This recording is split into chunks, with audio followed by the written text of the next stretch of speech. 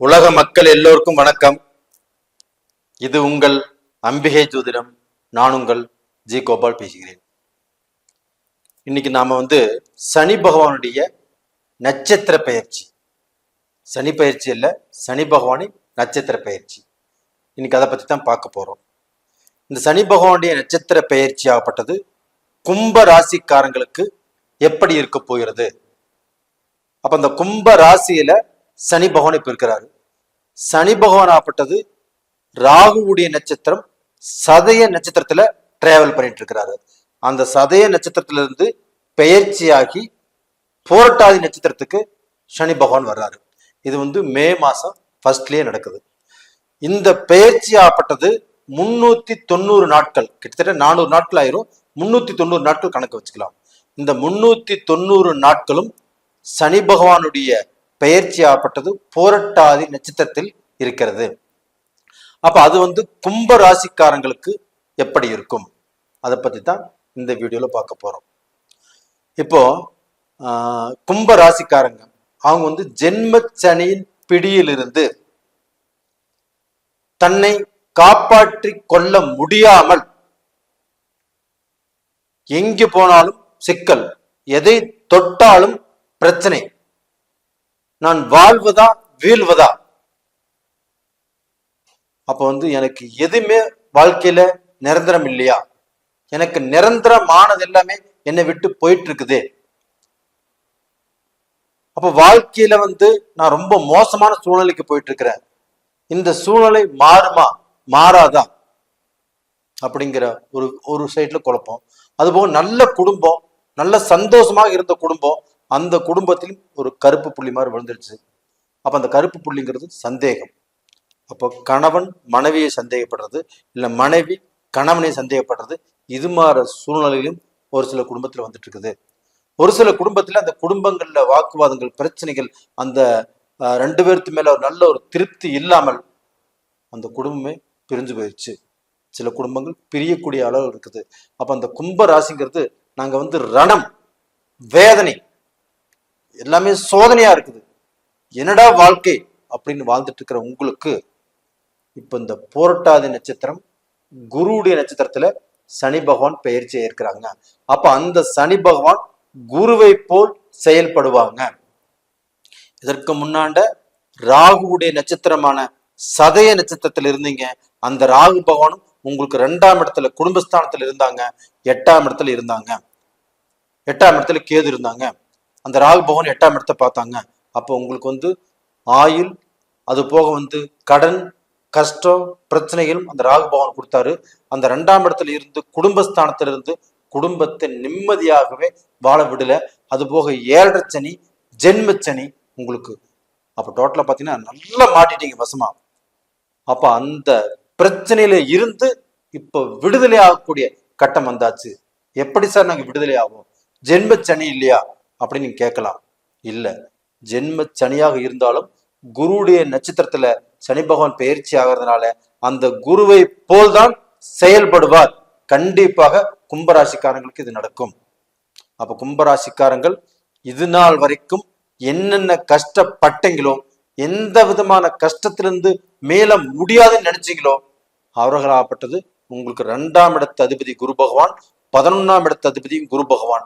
அப்ப அந்த நல்ல அந்த சுபகிரகத்தினுடைய வாயிலாக நீங்க நல்லா இருப்பீங்க, நீங்க நல்ல நிலைமைக்கு வருவீங்க, நீங்க நல்லதை எதிர்பார்க்கலாம், கெட்டது உங்களை விட்டு விலக போகுது.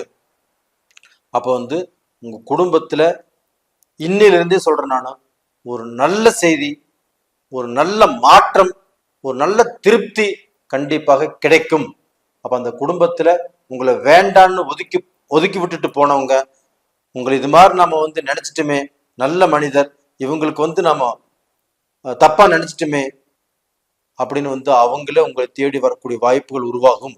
அதே சமயத்துல ஆணாக இருந்தாலும் சரி, பெண்ணாக இருந்தாலும் சரி, பிரிந்த உறவுகள் கைகூடும்.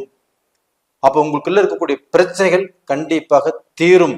அப்ப கணவனும் மனைவியும் ஒரு சந்தோஷத்தோடு, ஒரு மன நிறைவோடு, ஒரு ஒற்றுமையோடு கண்டிப்பாக வாழ்வதற்குண்டான ஒரு வாய்ப்பு, ஒரு பாக்கியம் உங்களுக்கு கிடைச்சாச்சு.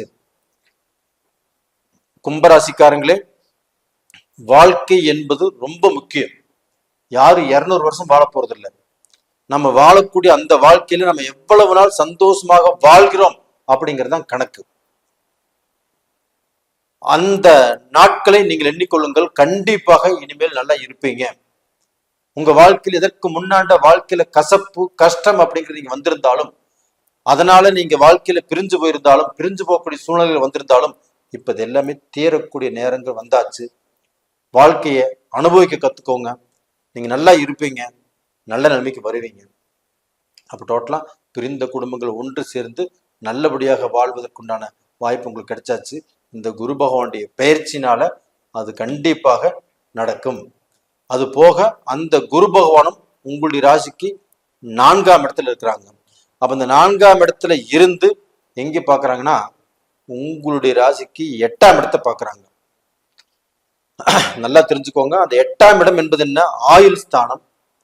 அது போக விபத்து, கடன் வாங்கிட்டு தலைமறைவாகி ஊர் விட்டு ஊர் போகிறது,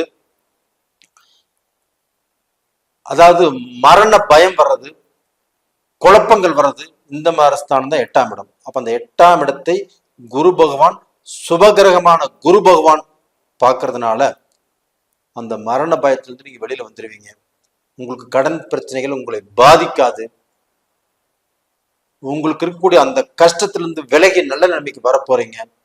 அப்ப டோட்டலா பாத்தீங்கன்னா இந்த குருவுடைய அனுகிரகத்தினால, அந்த குரு உங்களுக்கு புரட்டாதி நட்சத்திரத்துல இயங்குறதுனால கண்டிப்பாக உங்களுடைய வாழ்க்கை நல்லா இருக்கும். நல்ல பொசிஷனுக்கு நீங்க வரப்போறீங்க. நீங்க நல்லதை தேடி போனால் நல்லதே நடக்கும். அப்ப டோட்டலா பாத்தீங்கன்னா உங்க வாழ்க்கையில நீங்க நல்ல நண்பர்கள் உங்களுக்கு அமைவாங்க. உங்களை விட்டு போனவர்கள் உங்களுக்கு கண்டிப்பா கிடைப்பாங்க. உங்களோட உங்களுக்கு ரொம்ப வேண்டப்பட்டவங்க ஏதாவது சூழ்நிலையில சண்டை போட்டு பிரிஞ்சிருக்கிறாங்க, நல்ல நண்பர் உங்களுக்கு பிரிஞ்சிருக்கிறாங்க அப்படின்னா அவங்களும் இந்த காலகட்டத்துல உங்களை தேடி வருவாங்க, ஒன்று சேருவீங்க. அதே சமயத்துல பிரிந்த உறவுகள் ஒன்று சேரும். அது போக குடும்பத்திலையும் சரி, அப்பா அம்மா மகன் மகளோ அவங்களுக்குள்ள பிரச்சனை பிரிஞ்சு போயிருப்பீங்க. இல்லை மாமியார் மாமனார் இது சண்டை சச்சரவு அவங்களும் பிரிஞ்சு போயிருப்பாங்க. இவங்க எல்லாருமே ஒன்று சேர்ந்து அந்த குடும்ப சூழ்நிலைகள், அந்த உறவுகள் இந்த காலகட்டத்துல உங்களுக்கு ஒரு நல்ல திருப்தியை கொடுக்கும். அப்ப அந்த 7.5 சனியில பாதிக்கப்பட்ட அந்த உறவுகள் இப்ப அந்த ஜென்ம சனியாக இருந்தாலும் புரட்டாதி நட்சத்திரத்துல சனி பகவான் டிராவல் பண்றதுனால இவங்க எல்லாத்தையுமே சேர்த்து வைக்கும். அப்ப டோட்டலா பாத்தீங்கன்னா உங்களுக்கு இப்ப தொழிலுக்கு ஒரு நல்ல மாற்றம் கிடைக்கும், தொழில்ல நல்ல முன்னேற்றம் கிடைக்கும். அப்ப அந்த தொழில்ல நீங்க எதிர்பார்த்த அந்த தொழில் கைக்கு கிடைக்கும். நீங்க செஞ்சுட்டு இருந்த தொழில்ல நீங்க ஸ்டெப் பை இம்ப்ரூவ்மெண்ட் ஆகி அந்த தொழிலை நல்ல நிலைமை கொண்டு வந்துருவீங்க. பயப்படவே வேண்டாம். கும்பராசிக்காரங்களே, நீங்க எந்த ரூபத்திலையும் பயப்பட வேண்டாம். நீங்கள் வாழ்வதற்குண்டான நேர காலங்கள் வந்தாச்சு. தைரியமாக இருங்க. அப்ப இது போக பாத்தீங்கன்னா நீங்க வெளிநாட்டுல உங்களுக்கு பார்க்க போனா நீங்க மலேசியாவில் இருக்கலாம், சிங்கப்பூர்ல இருக்கலாம், கனடாவில் இருக்கலாம், ஆஸ்திரேலியாவில் இருக்கலாம், யூகேல இருக்கலாம். இது மாதிரி வெளிநாடுகள்ல இருந்தும் அங்கே சிட்டிசன்ஷிப் வாங்கணும்னு நினைச்சீங்கன்னா இந்த பீரியட்ல ட்ரை பண்ணுங்க, அது நடக்கும். அது போக கடந்த காலத்துல உங்களுக்கு வந்த தடைகள் இப்ப இருக்காது. அது போக நீங்க வெளிநாட்டுக்கு ஒரு விசா எடுத்து போறீங்க, எந்த நோக்கத்தோடு போறீங்க? நான் சம்பாதிக்கணும், நான் சாதிக்கணும், ஏதாவது சாதனை பண்ணணும்னு போறீங்க, கண்டிப்பாக அது நடக்கும். அப்ப டோட்டலா பாத்தீங்கன்னா கும்பராசியில பிறந்தவங்களுக்கு இந்த குரு நட்சத்திர பயிற்சியால நல்லது நடக்க வேண்டிய காலகட்டங்கள் வந்தாச்சு.